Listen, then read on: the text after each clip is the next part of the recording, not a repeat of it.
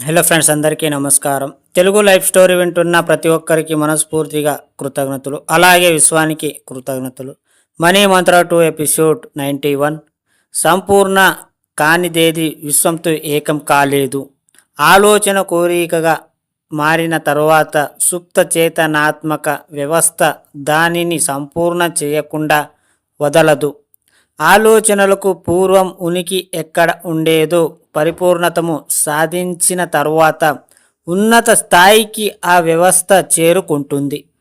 ఎరుకతో ప్రతి ఆలోచన విశ్వంతో జత చేసి పంచుకున్నప్పుడు ఆ ఆలోచన విశ్వవ్యాప్తం అవుతుంది.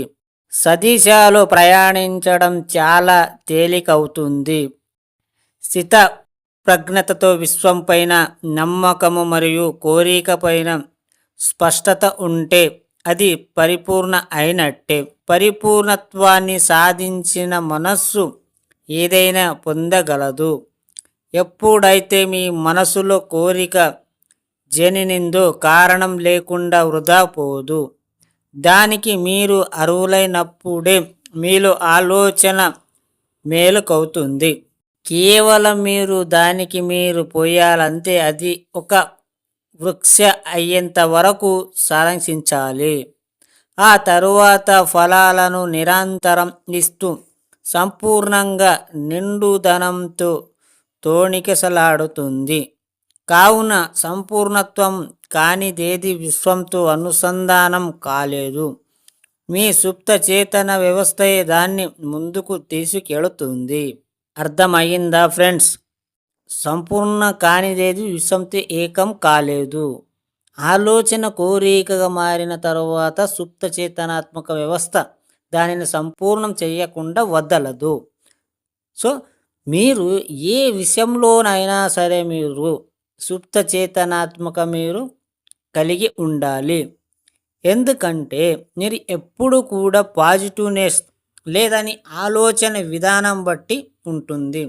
మీరు పదే మీరు ఏదైతే ఆలోచిస్తారో అది సబ్కాన్షియస్ మైండ్ని కనెక్ట్ అవుతుంది.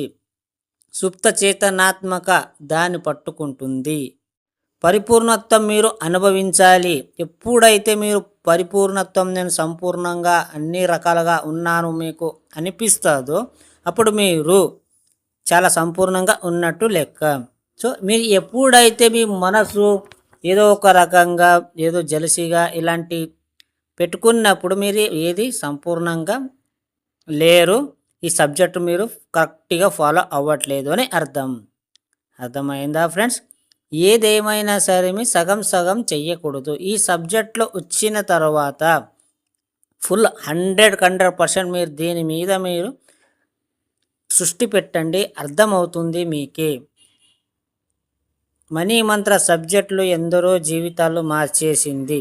మీ జీవితం కూడా మారుతుంది. ఒక్కసారి ట్రై చేసి చూడండి.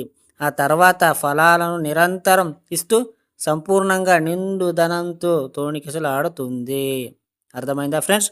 ఈ స్టోరీ విన్న ప్రతి ఒక్కరికి మనస్ఫూర్తిగా థ్యాంక్ యూ సో మచ్.